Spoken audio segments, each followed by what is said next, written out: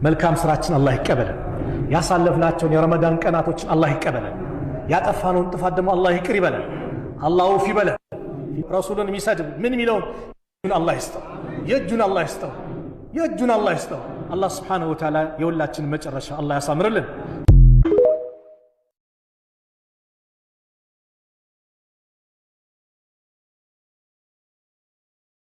በልብ ያለ ሁሉ አይወራም፣ ውስጥ የቋጠረው ሁሉ አይነገርም።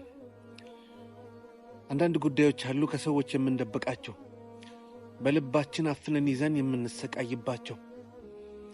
መውጣትና መናገር እንፈልጋለን፣ ግና የሚሰማን የለም፣ የሚረዳንም አናገኝም።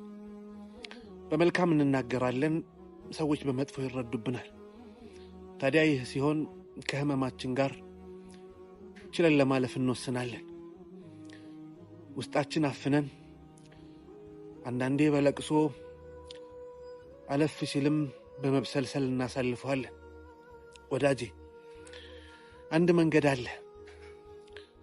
አላህ እኮ አለን ወዳጄ። መናገር በፈለግንበት ጊዜ ሁሉ የሚሰማን ጌታ አላህ አለን። አላህ አለን አልሐምዱሊላህ።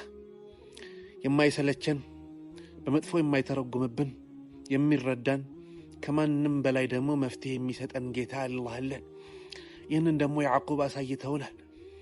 ኢነማ አሽኩ በሲ ወሑዝኒ ኢለላህ። ብሶቴንም ሐዘኔንም ለቅሶዬንም ለአላህ ነው የማደርገው፣ ለአላህ እንጂ ለማንም አልናገርም ነበር ያሉት። ወዳጅ አንተም ለአላህ እንጂ ለማንም አትናገር። አላህ ፊት እንጂ ለማንም አታልቅስ። ለአላህ እንጂ ምንም አትበል። ለአላህ ስትናገር ልብህ ይረጋጋል፣ ነፍስህም ትሰክናለች፣ መፍትሄውም ይገኛል። ወዳጄ ፊትህን ወደ አላህ አዙር። ፊትን ወደ አላህ ማዞር ልቅና ነው። ፊትን ለሰዎች ማዞር፣ ችግርን ለሰዎች መናገር ግን ውርደት ነው። አላህ አለን፣ እሱ ይበቃናል። አልሐምዱሊላህ።